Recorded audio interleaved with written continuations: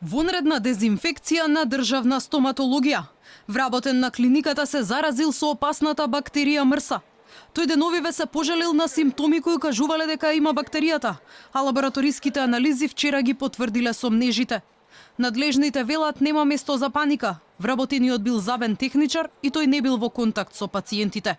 Пациентот, односно вработениот, кој има изолирана бактерија, отстранет и нема да се врати на работно место, се додека не се добие негативен резултат, односно не се докаже дека бактеријата веќе не е присутна во одливок, бриз или тоа што ќе наложи епидемиологот и соодветните доктори.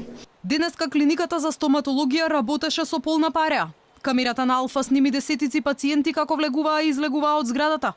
Таму уште вчера била извршена дезинфекција на катот каде работел заразениот техничар. Останатите простори превентивно се прскале во текот на денешниот работен ден.